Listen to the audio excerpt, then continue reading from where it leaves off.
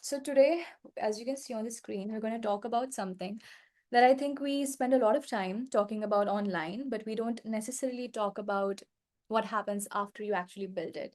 And that is your personal brand. And yeah, because when most people hear the word personal brand, they immediately think about followers, right? They think about going viral or posting every single day. They think about getting more views. And yes, all of those things can be a part of it. But after spending the last few years building my own brand, building my own company, and my own presence on LinkedIn, I have grown an audience of around 70,000 followers and built an audience ecosystem that extends beyond a single platform. I've started looking at personal branding very differently. So, just to give you a quick context, my co founder and I have built an audience of more than 180,000 people on LinkedIn between us.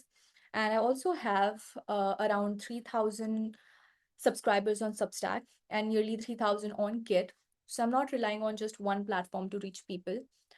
But what's actually more important to me is what building all of these has made possible outside of the internet. I have grown my business to six figures, multiple six figures. I have expanded internationally. I've been able to travel and experience different parts of the world. I traveled to 10 countries last year, and next month I'm going again to Europe tour. So what I mean is I've deliberately built a life where my business supports the rest of my life instead of my entire life revolving around the business. Do you know what I mean? So, because when I'm not working, I'm writing on Substack, or you'll find me working on my novel, or I'm learning, I'm exploring. I'm constantly trying new things and becoming a better version of myself. And that's actually a big part of today's conversation because I didn't build a personal brand just so I could spend more time online talking about myself. I wanted to build something that could support me financially while also giving me freedom, space, and resources to build a life that I actually find fulfilling. Right. So that for me means a business that makes money, right? A personal brand that creates opportunities, or a life that gives me room to grow as a person. And that's really the philosophy behind what I call build and become. So, build something that gives you financial freedom while becoming the person you actually want to be in the process.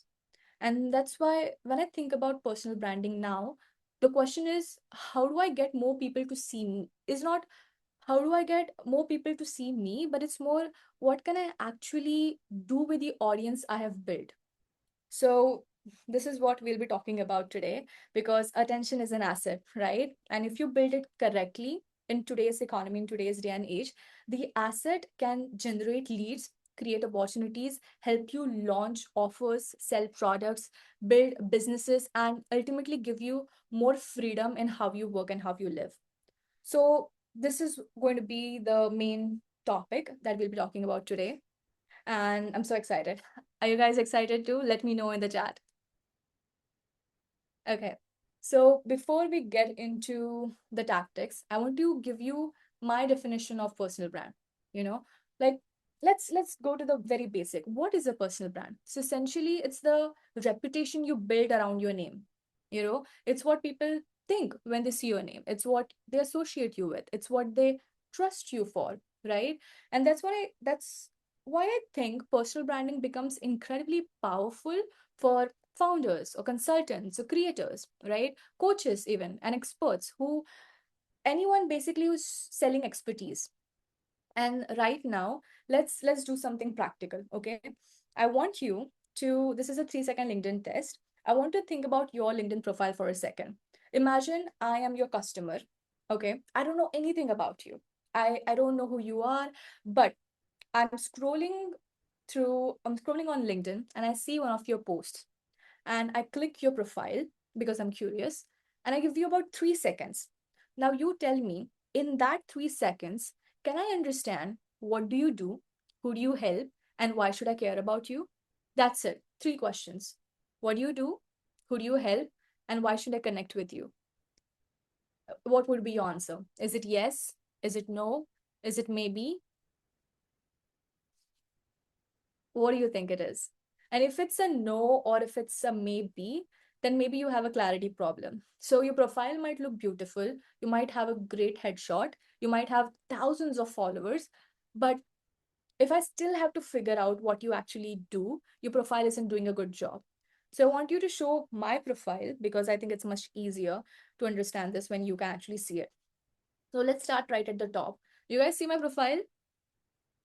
Okay, so my headline says co-founder at Uniquework, helping 1 million plus B2B founders turn LinkedIn into their number one revenue channel. Now notice something here. I'm not saying I'm an LinkedIn expert. I don't just say I'm a personal branding strategist, and I don't just tell you that I'm a co-founder. I immediately tell you who I help and what outcome I help them achieve, right? So let's say if you're a B2B founder doing more than $1 million and you're thinking about LinkedIn as a growth channel, you immediately know this profile is relevant to you. And then I give you the outcome.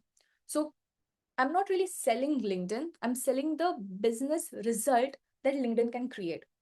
That's the difference between describing what you do and positioning what you do. And I want you to actually write this down if you have pen and paper right now. When someone lands on your profile, they should be able to answer, what do I do? Who do I help? And what outcomes do I help them achieve? If they can't answer these three questions while looking at your profile, you need to improve. You need to refine. Because before you worry about going viral, before you worry about content strategy, this is the very basic. You need clarity. So that's the first thing, right? Now, clarity gets someone to understand you. But the next important thing is authority. So, authority is not you walking around saying, I'm an expert. Authority is giving people enough evidence that they reach that conclusion themselves. So, for me, when I think about authority, I think about four things. So, first thing is your experience. Have you actually done this? Second is proof. What results have you created? Then is perspective. Do you have something interesting or different to say about the problem? And then the social proof, like who else trusts you? Do you have clients? Do you have testimonials? Do you have audience? Do you have collaborators? Do you have results? All of these things boosts your credibility and makes it easier for your ICP to buy from you.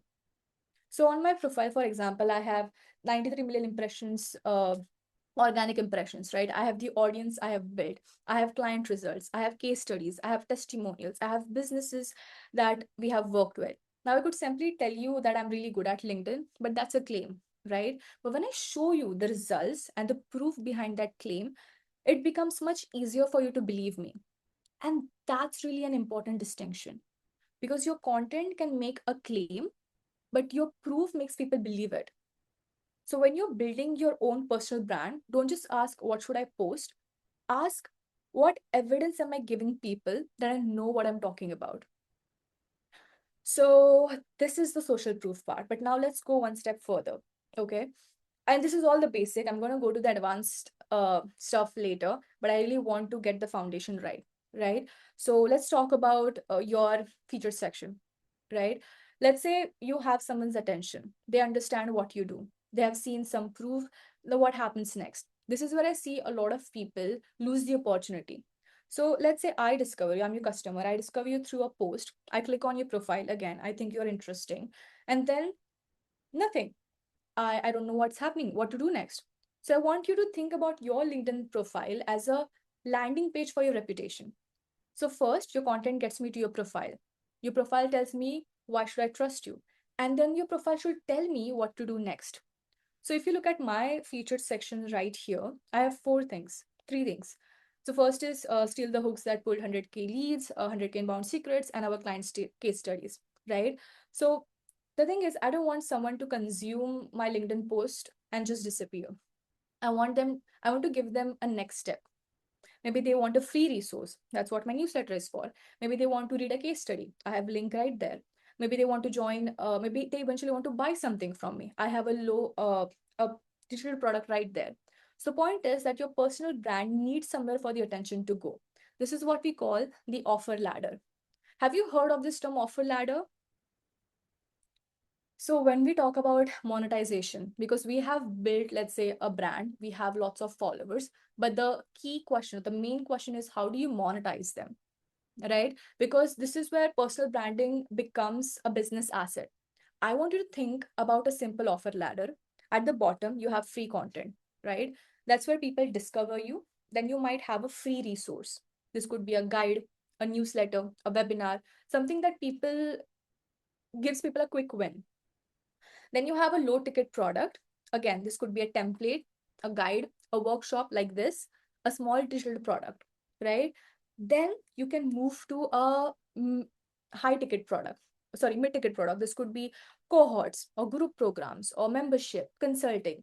And then the last is the high ticket product. Now, this is where you could introduce your done with you offer, your done for you offer, or your advisory.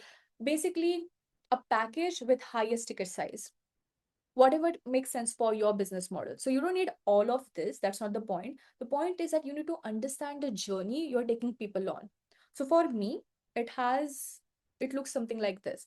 So it starts with LinkedIn content, then free resource, which is the newsletter, and then the low ticket product, which is the hook playbook, and then the mid ticket service, which is a done with you offer or a cohort, and then the high ticket offer that is done for you. So this is what my offer ladder look like. And honestly, this is actually one of the biggest lessons I've learned from building this business. Is we built when we started out, we built a done for you model first, and it worked really, and it still works. We generated significant revenue from it. Our clients got results. But the more successful it became, the more obvious the trade-off became.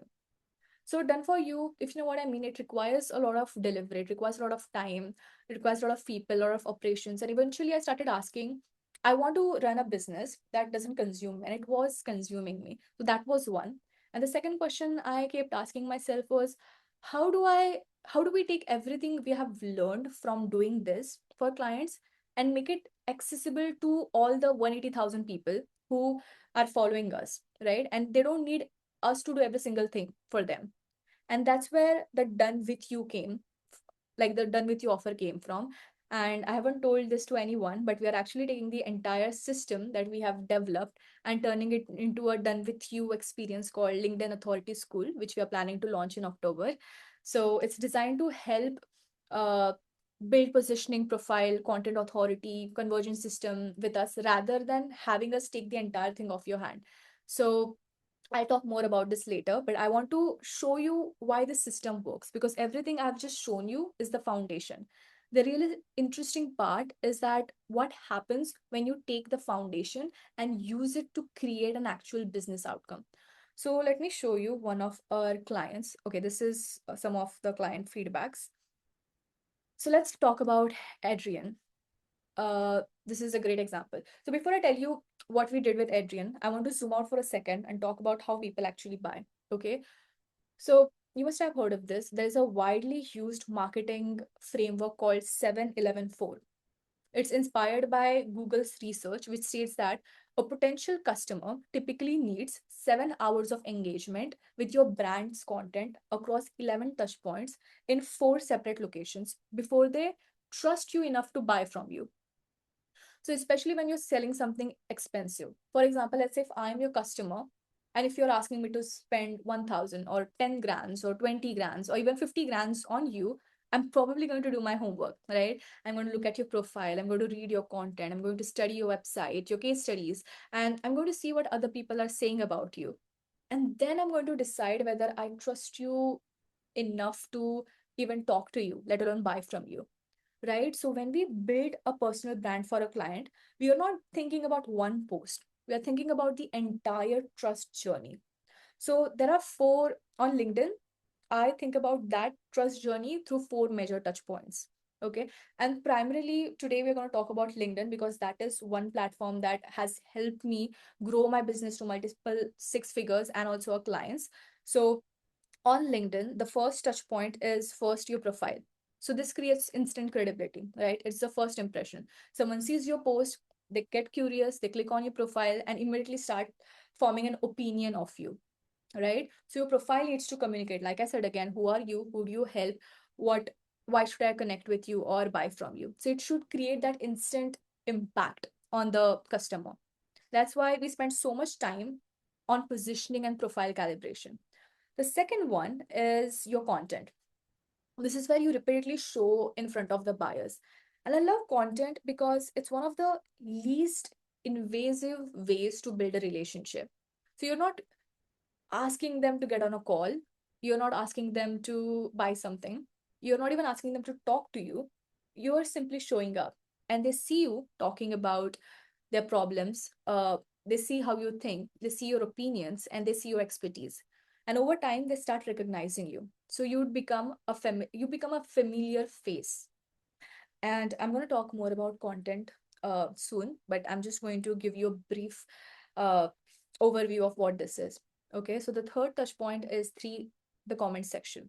And this one is massively underrated because content is often you broadcasting your expertise, but comments allow you to actually enter the conversation. You can add a perspective, you can challenge an idea, you can answer a question, you can demonstrate expertise in front of audience that already cares about the topic, right? So instead of you waiting for your ideal client to discover your post, you are going where your ideal client is already paying attention and you're having conversation with them. And that is where you start building familiarity. Now remember this term because it's going to help us a lot. Familiarity. And the next one is number 4, DM. And notice the DM comes last. That's intentional because I see so many people do this backwards. They find someone who looks like a potential client. They immediately send them, hey, I help founders generate leads, want to jump on a call. And I'm like, and you must have seen this too. There's a lot of pit slapping. So most of the time, the bounce rate for that is very high. Like response rate is very low. And this is because you don't know me. I don't know you. You haven't earned my context. You've just appeared in my inbox asking for something, asking to pay you. And why should I trust you? Right? That's the reason why this does not work all the time. And we have a completely different approach. We want that person to have already seen you. They have seen your profile, they have seen you in conversations, they have multiple little interactions with your brand. So when you actually enter their DMs, you're not a complete stranger anymore. You're familiar. And familiarity dramatically changes the conversation. So the point of this is earn context before you ask for attention. And that's the philosophy behind our approach. Now let's look at Adrian back again. So Adrian already had a business, he already had the expertise, he had the credibility. What we needed to build was the bridge between his expertise and the people who could buy it.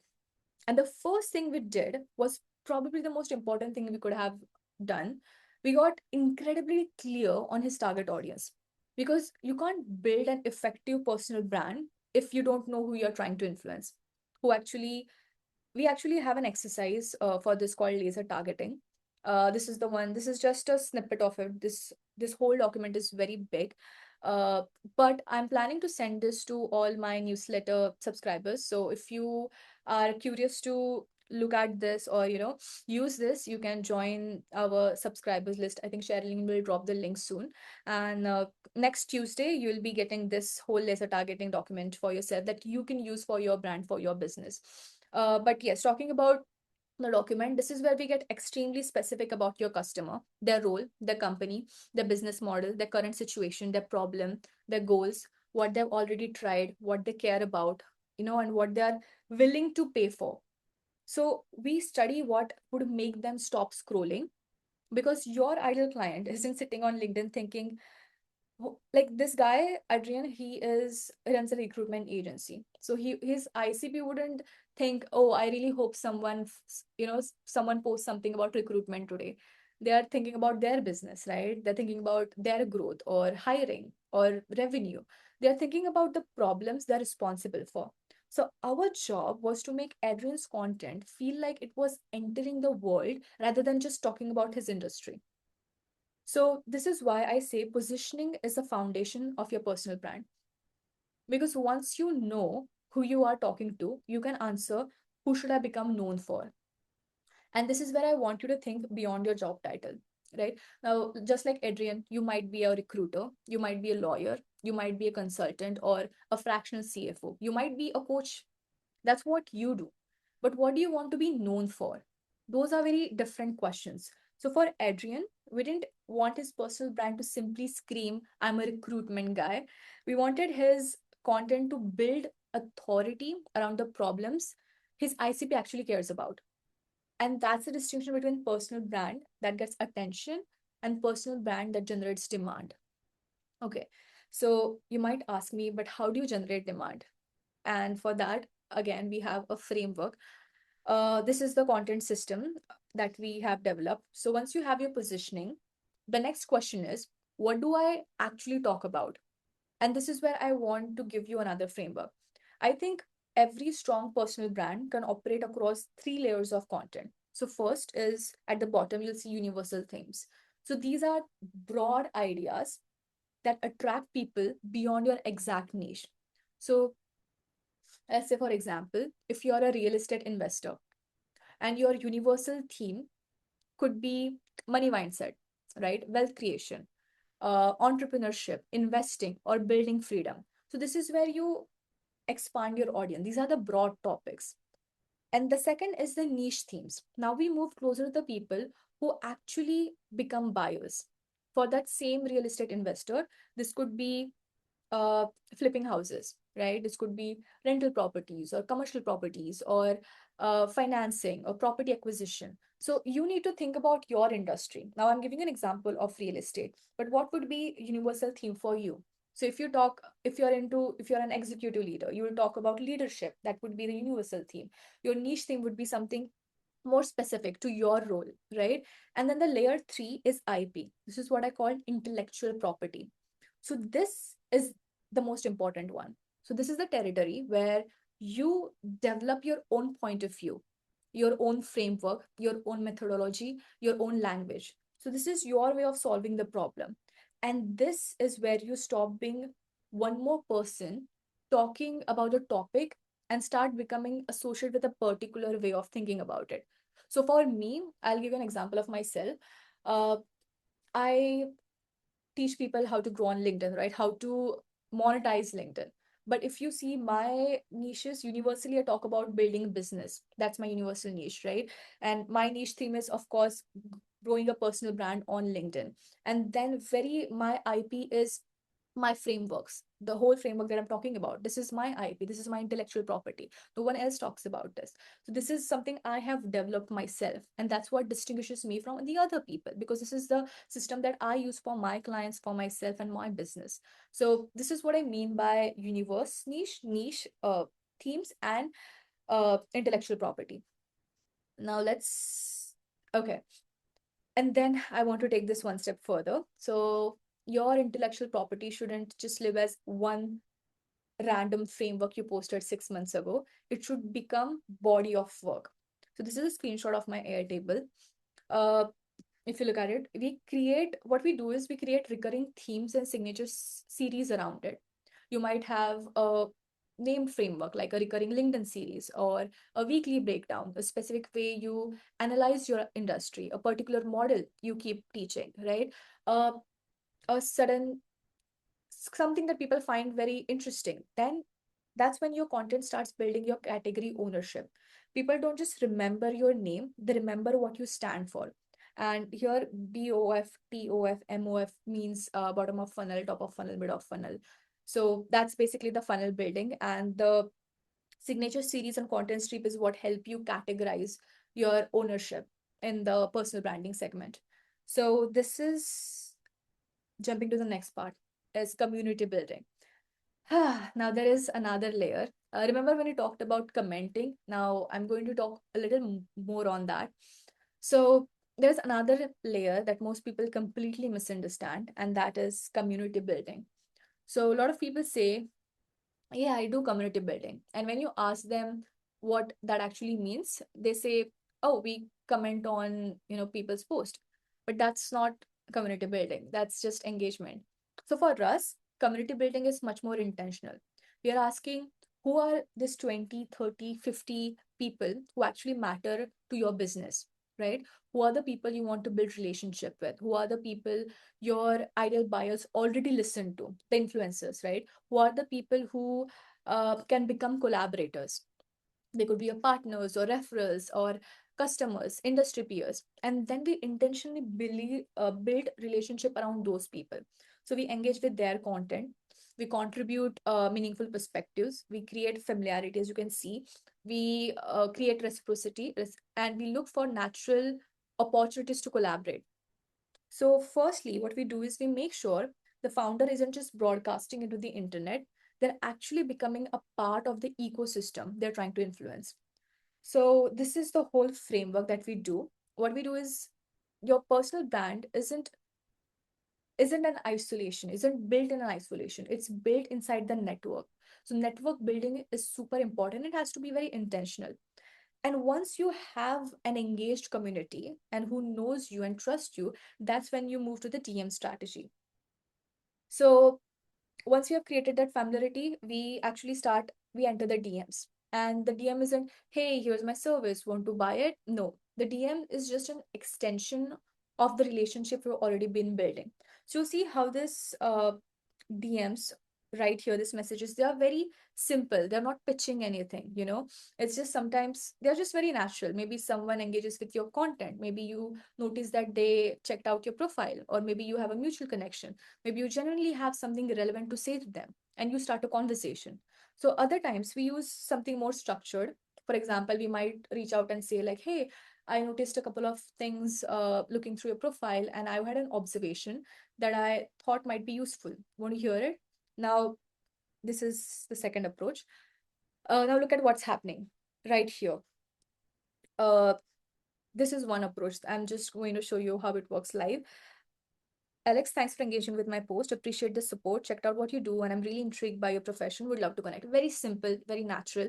He replied, hi, Sherry, happy to connect. I'm newer to the LI game, so we'll be watching what you do. See, this is the live conversation that's happening right now. I'm using this as an example. Uh, he said, I'm newer to the LI games, which means that he's a beginner. We need to read between the lines. So I said, haha, always happy to support the new creators. How much time do you usually spend on LinkedIn on average? Very simple question. He said, I shoot for an hour, blah, blah, blah, blah, blah. I think I might be scared to hear the answer, but what do you think is warranted for growth on here?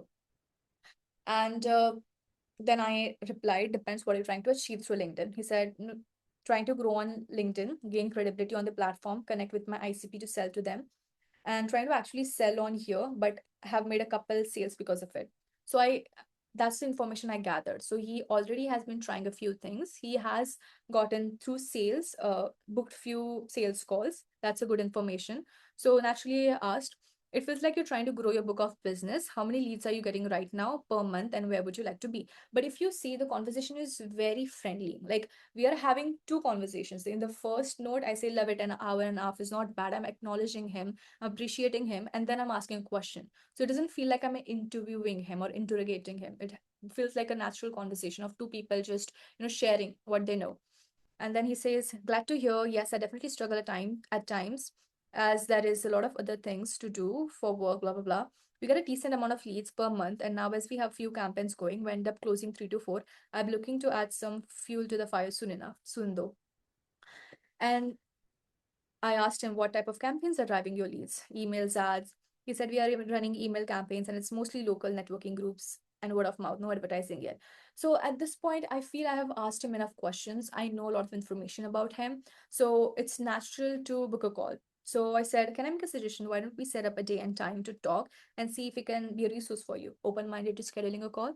He's like, sure, happy to, feel free, send over a call, blah, blah, blah. And then that's how we did it. So you see how naturally the conversation started, but he had already seen me. We had already, talked to each other in the comment section.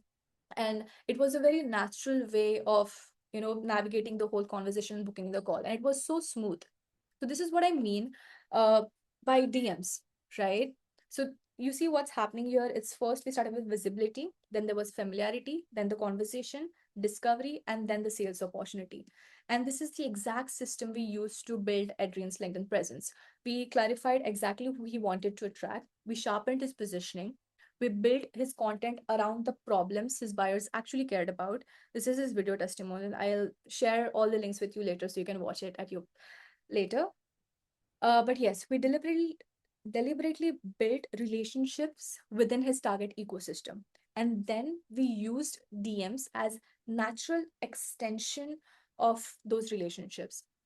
And the result was Adrian generated 80,000 inbound opportunities within the first 2 months of working with us, and more than 100,000 in inbound opportunities overall. You can watch him explain how we did it in the video. Sherilyn will drop the video soon. But yes, here's what I want to understand. The 80,000 wasn't the strategy, it was the result of the strategy. So the strategy was building a system where the right people repeatedly encountered Adrian, understood what he was good at, and became familiar with him, trusted his expertise, and eventually had a reason to start a conversation. So this is the whole mechanism, the whole process that we use. So if you want to take this one thing away from Adrian's story, I want you to think about your own brand through these four questions. Firstly, who exactly do you want to attract? Not everyone. You need to specify one specific buyer, right? The second is, what problem do they already care about? So, not what I want to talk about, but what your ICP cares about. And the third is, what do I want to become known for? So, that's your positioning and eventually your intellectual property. And the last question is, what happens after someone becomes interested in me? Where does the relationship go? So do they download something? Do they join your newsletter? Do you send them a DM? Do you book a call? Or do they join a webinar like this or buy something? What happens? So that's the difference between having a personal brand and having a system, right? So Adrian's model was familiarity, conversations, inbound leads, and that grew his business. Okay, but there is another really interesting way to use your personal brand. So what if you don't just want your personal brand to bring leads into your business you already have? What if you want to use this audience and authority you have built to create something completely new? That's exactly what we did with Jennifer. So let's talk about Jennifer. I'll take a water break. Okay.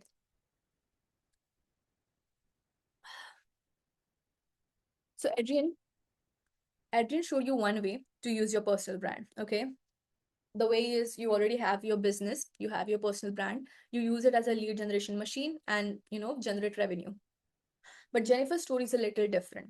So when Jennifer came to us, she already had the credibility. She had incredible corporate background, she had years of experience, and she had worked at a very high level.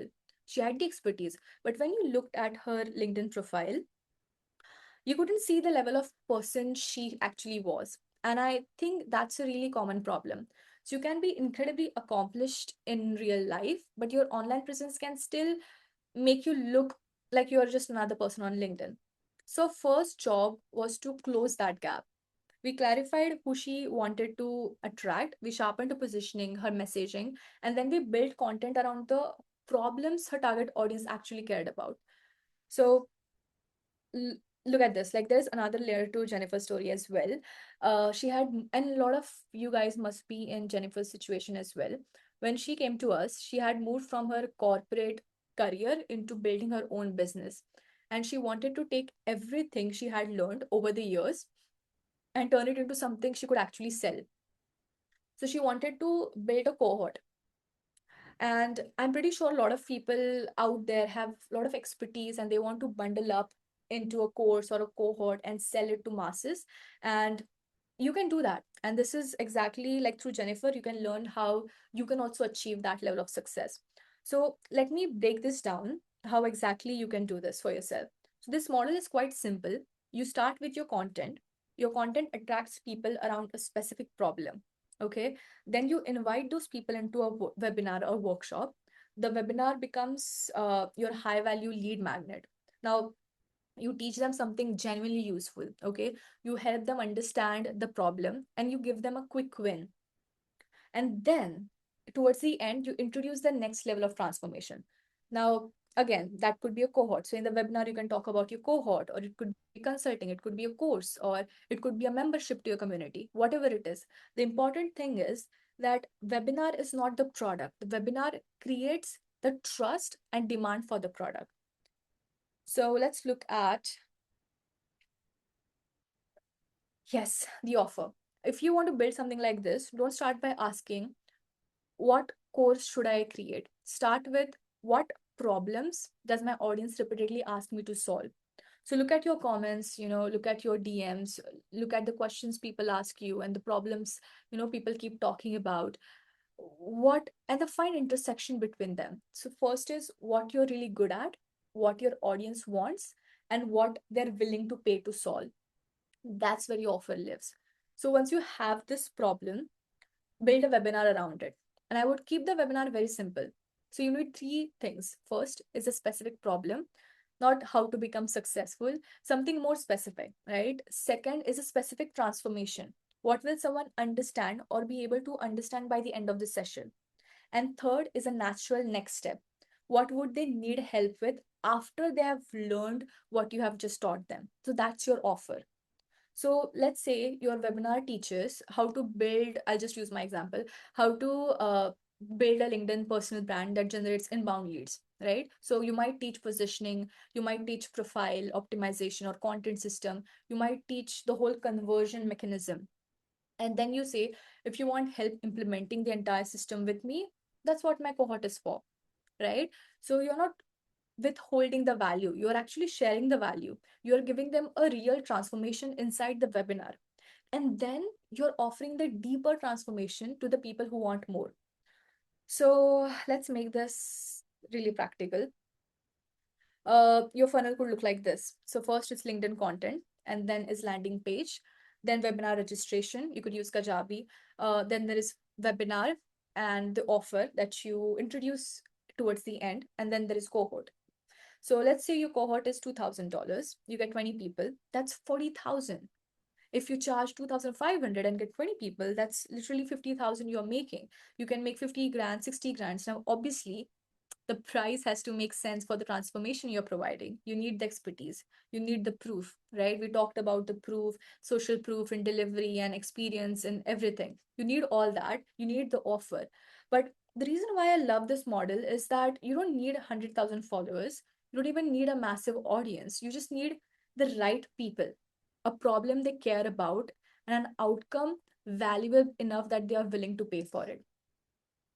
And that's why Jennifer's story is so interesting. So once we clarified her positioning and built the authority around her expertise, her personal brand created much more than visibility. So in the first cohort itself, she built 40,000 sales pipeline and she generated around 100,000 plus organic impressions. Again, this is her video testimonial. I will share this later because it's quite long. 15 plus, she had qualified inbound leads, and she also got paid speaking opportunities and executive collaboration offers. So this is the bigger lesson that I keep talking about. So your audience isn't just there to consume your content, they can become your first market, right? They can become your customer, they can become your referral network, they can become your distribution channel for whatever you build next. So if Adrian's model was personal brand, trust, and then using that trust, to have conversations, and then inbound leads and existing business, then Jennifer model is personal brand, trust, webinar, offer, cohort, and then revenue.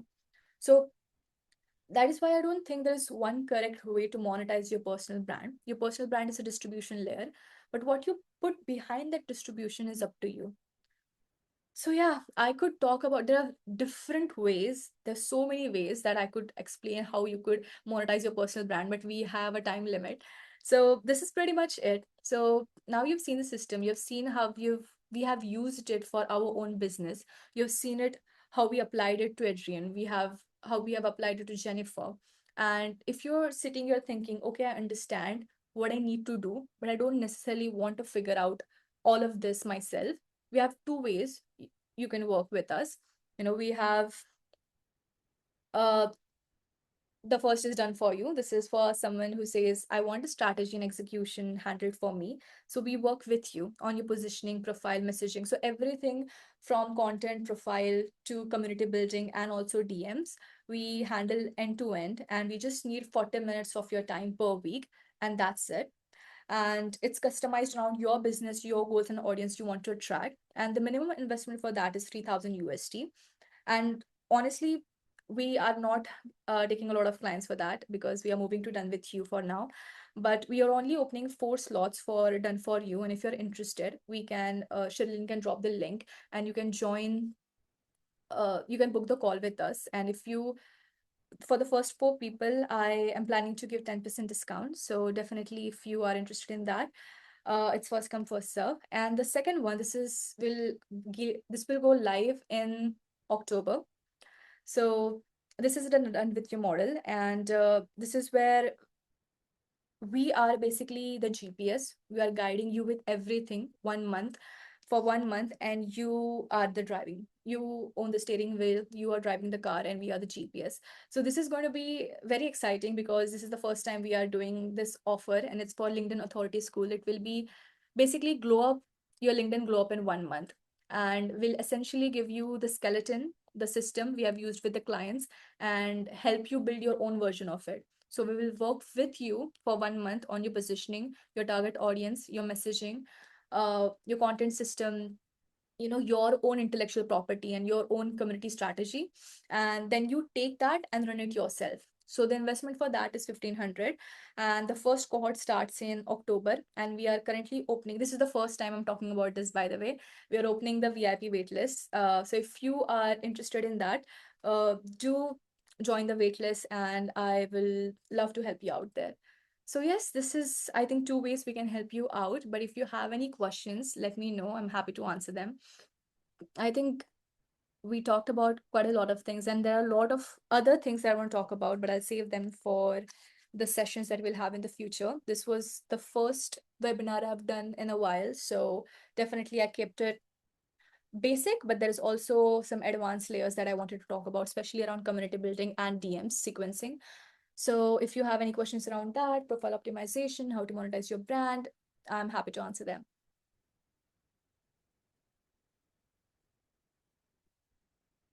Mhm.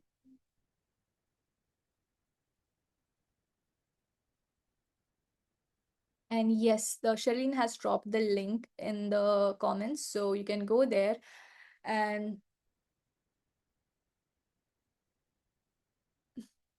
book, join the waitlist, or book a call with us.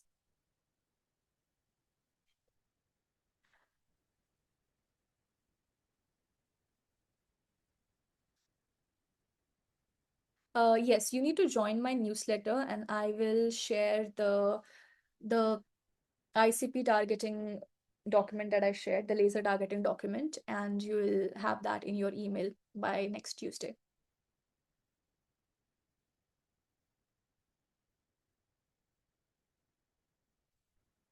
Okay, someone has asked, Sherry, what's your advice when it comes to profile, which does two roles simultaneously, an unrelated full-time job and a boardroom consultancy career on the side?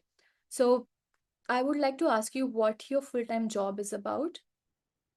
So one thing I would do is find an intersection in one way and use that intersection as a universal niche, universal theme. And what do you talk about in boardroom consultancy career? Could you, like, I would need more information to guide you better on that. For if you go, Vinay, for the done with you, I'm pretty sure you're asking about that. You can go to the link that Shirley has shared in the document, and she will you will have all the information about the done with you there. Any more questions?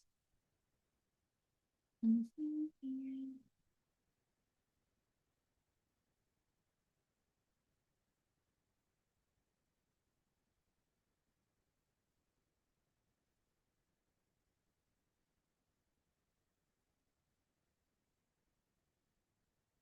David is saying, yes, this does not reply to personal branding. It is specific for products, not services. Yes, but if you look at the mechanism, it is same. Like nobody looks at your personal brand for the first time and buys from you. You need to develop that relationship with them, right? And 11 touch points is 11 touch point on four different locations. If you put that on LinkedIn, it of course translates differently, but the psychology is same, that someone needs to have interactions, several interactions with your profile, with your brand, before they start trusting you, right? So it's what the psychology is behind, and the user psychology behind that. That's what's important. Mhm. Hello, Mark. Hello, Agamba. Pravar. Yes, we'll share the recording with you after this. Mm. Did you enjoy the session, by the way? I tried to keep it simple. I tried to keep it simple, but if you have any questions, or I hope I didn't overwhelm you guys. Okay, Esme has asked a question. Hi Sherry, what framework do you suggest the best for positioning? How do you figure out a premium positioning for yourself? So, this is very interesting question, and I would like to answer it. So, every time we work with a client, we get on a call with them, and this is a clarity call where we understand what their business is and what they are, and then we have a whole questionnaire, and I'm actually planning to share that questionnaire in the email with our newsletter, sorry, with our email list folks who have subscribed to our newsletter. And this is a list of 10 to 20 questions that really help you understand what your business stands for and what your edge is, and you use that to create a premium positioning for yourself. So if I were to give you a proper answer, like how do you figure out a premium positioning, you firstly nail down things that you are good at, nail down things that you could potentially help your clients and you could brag about without, but very humbly. And you use those to basically use your copywriting knowledge to word it so well that people are attracted to you. And I will share that document next week. Along with the laser targeting document. I think this would really help you guys. So definitely I'll share that one. Any more questions? Mhm. Okay, Neetu has asked, I understand the different parts of LinkedIn growth, personal branding, content positioning, and lead generation. But how do you decide what to prioritize for a client? How do you know what they actually need instead of trying to offer everything? This is super important and very good question, Neetu.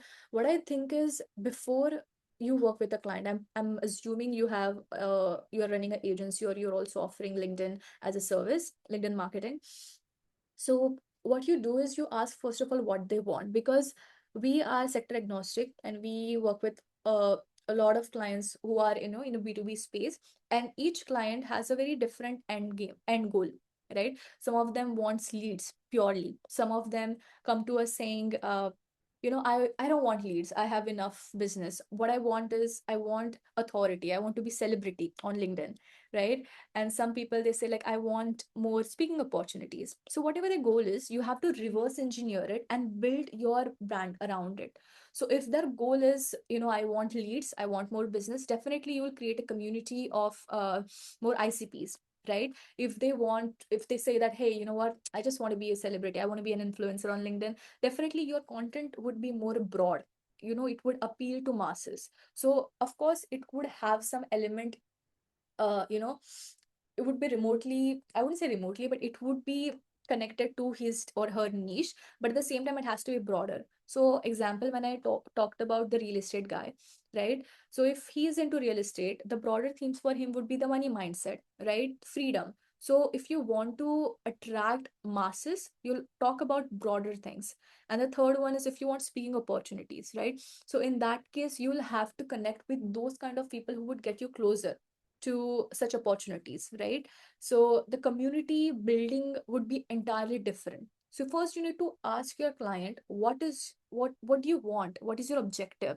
And when they say, hey, you know what, I want more followers. Hey, you know what, I want more leads. Hey, you know what, I want more speaking opportunities. Whatever it is, you reverse engineer it and build your brand around that. So that gives you more clarity. So firstly, always ask them like, what do you want? And if they don't know what they want, then that's the thing they should be working on. Any more questions? I hope I answered your question, Neetu. Vinay says, hello, Deepashri. The session was engaging, well structured, and straight to the point with actionable insights that can be implemented immediately. Thank you. That was my goal. I wanted to cram a lot of things in 30 minutes, and I tried my best. And I'm so glad you guys enjoyed it. What topics like SaaS writer, niche service providers find universal topics?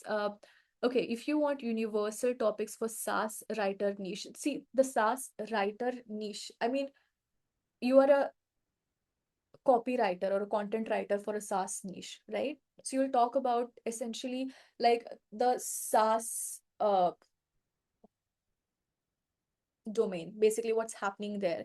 So your goal is to attract the founders if you are writing for them. So talk about what's happening in that industry, in that domain, in that niche, right? And those would be the broader topics. So any startup founder who has got funding, or anything interesting that your founders, that your ICP would find interesting, not essentially or specifically about writing, but something that would interest every SaaS founder. That will be the universal topic for you. It's a pleasure, Neetu. Thank you for all your ideas. It feels overwhelming. I'm so sorry it felt overwhelming. I tried to keep it simple, but maybe next time I'll keep it even more simple. I'll try my best and look forward to taking more time to look through everything again. Yes, I'll share the recording with you guys, and the document link also I'll share one last time. Hold on. All right. Thank you everyone for joining. Uh, you can save this link and you can visit it anytime you want. Thank you again for joining and being part of this session. And if there's any way I can help you, you can reach out. You can connect with me on LinkedIn, and I'm always happy to help. And yes, that's it for today, guys. I hope this session helped you, and I'm looking forward to more such sessions and being and helping you. So please join my newsletter as well, because that's where I'm rooting for everyone, and I'm trying my best to give as much value as I can. I hope this helps you, and bye, guys.